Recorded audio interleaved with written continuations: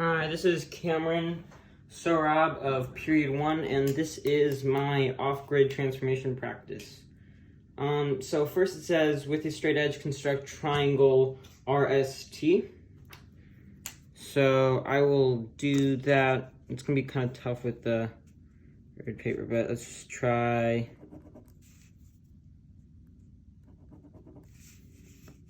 This is straight right here, so I'll just connect it right there. R, S, and T.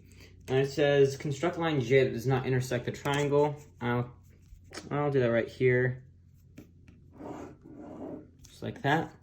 And now we're going to reflect triangle RST over line J using proper construction techniques. For this one, we are going to go with the 3-circle technique. Alright, so we are going to start with our compass. We're going to start at point R. We're going to go around point R. I'm going to make some arcs here because our main goal is to that's a little too small. Our main goal is to just get 2 points onto, this is a little too big too. You never don't want it too big, but just to get 2 points that we can visibly see on line J.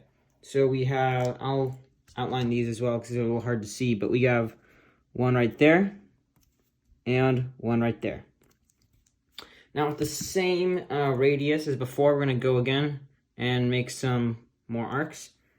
It's still imperative that we're able to see them because this is going to be pretty tricky to do. But now we're noticing right where we see, and as you can see up here, the line, it's line J is a tad bit off, so you're not going to see perfect reflection going this way. You're going to kind of see it going a little bit downwards as well, but we're seeing a point, an intersection point right here. So we're going to mark this point and we're going to label it R prime because this is the reflected point over line J of point R. Now we're going to do the same thing for point S. We're going to do this exact same thing. So we got 2 intersection points there. We have one right there and one right there. So we're going to do the exact same thing again on this side as well. And we're starting to see another intersection point right there. We're going to label that point S prime. And what we can go ahead and do now is connect these 2 points to make it easier for us. And we could go and do, well, we're going to do another circle, or another simple way to do it is to just measure the distance of R and S with your compass. That's one thing you can do, but you know that's not really for me because you can never get the angle right. So we're going to try the exact same thing again. Okay, and we're going to get these points lined up. So I might have to go a little bit bigger there because we only see 1 point, and that's the tangent line there. We have to see 1 point on the line, on line J. So there we go. We got 1 point passing through here, and the other point passing right down here. So we'll continue and finish that off like so. And the same thing from above. We'll see an intersection point about right there. And we'll go ahead and draw that in. I think I might have misplaced it just a tad. The intersection point would probably be around there. So we're looking about that. And that is how to reflect, or we also have to label this, sorry, T prime. And that's how to reflect a polygon over a line using the 3-circle technique.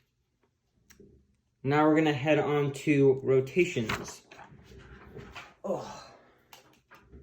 So it says construct triangle QWR. I'll gladly do that again. I'm going to make this one equilateral just because I already have a triangle.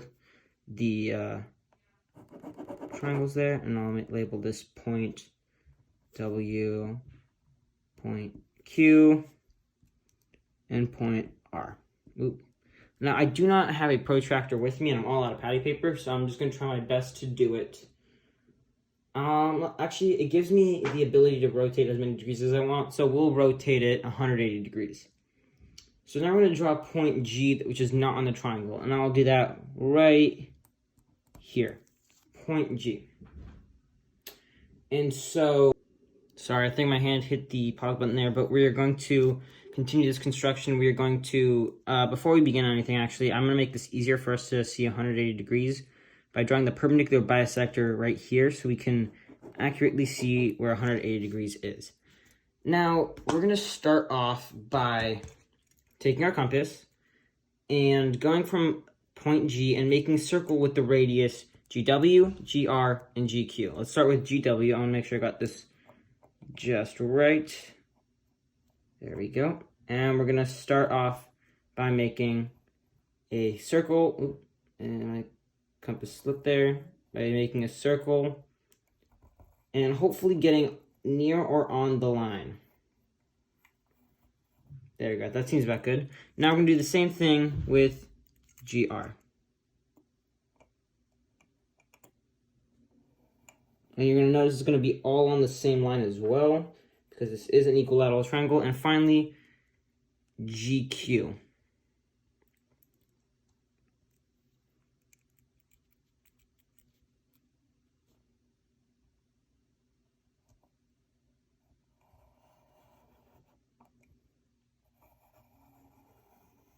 There we go. All right. So now, again, just to make things easier, we're going to extend the line right here. I guess you can call that line G, I guess. This just makes it easier for me to see where 180 degrees is. And now we're going to begin labeling our points. So we're going to see the line meets up right here for point Q. So this will be point Q prime. And one other easy thing that we can also do is, to make this easier for us, draw the line between G and Q. That was terrible ruler with the ruler of me, but we're going to notice that this is exactly one tile away. And so the easy thing to do here, this is going to be a tad bit off because we're the triangles, remember that. The easiest thing to do here is to just place points there and there. That's an easy thing to do. But if you want, because you can also see that W is directly 2 tiles away. It's 1 tile away from this line right here. I guess line G or J. And this is line G. It's directly 1 tile away from G. It's almost as if you're reflecting here. So we can see that we take 1 point here and 1 point here. And because this is a rotation, R prime would be right here and W prime would be right there. That's kind of a simple way to do it if you're looking at it this way.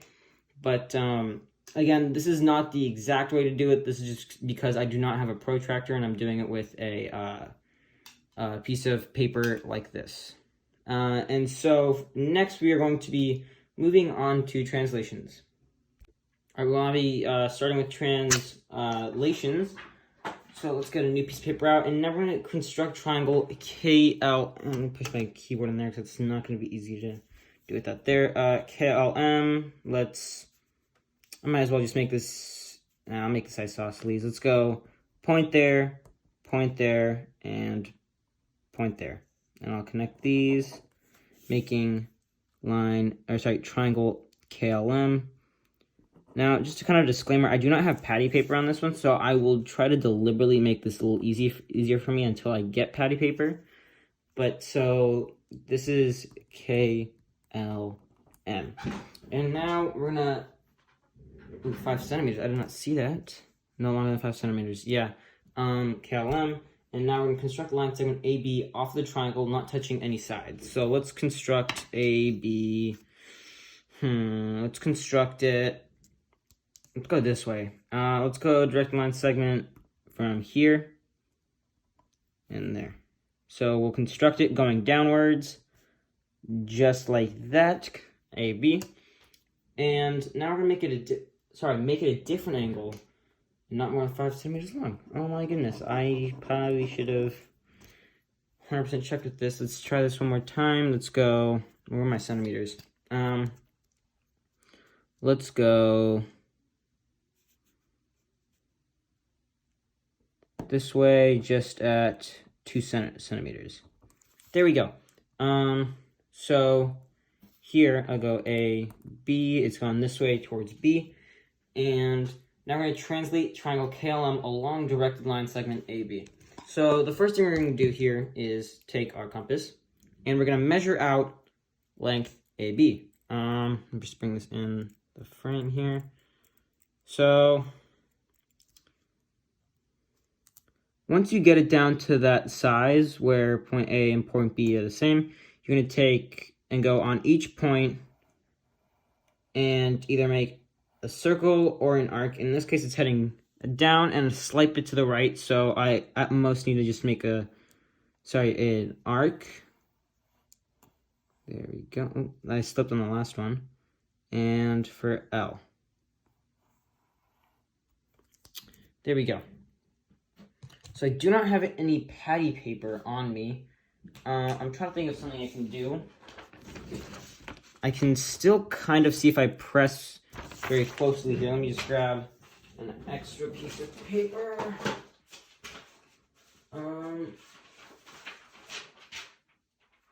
Alright, so I found an extra piece of paper for my old constructions video. I can kind of see through it, which is going to do just fine for us here.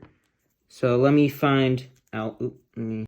Sorry about that. My mom had just called me. So now we're going to take, I can kind of see out this. I'm not sure if you guys can, but we're going to go and I see a point right there with an L above it. So that's point L. Right there, point K. And right there, point M.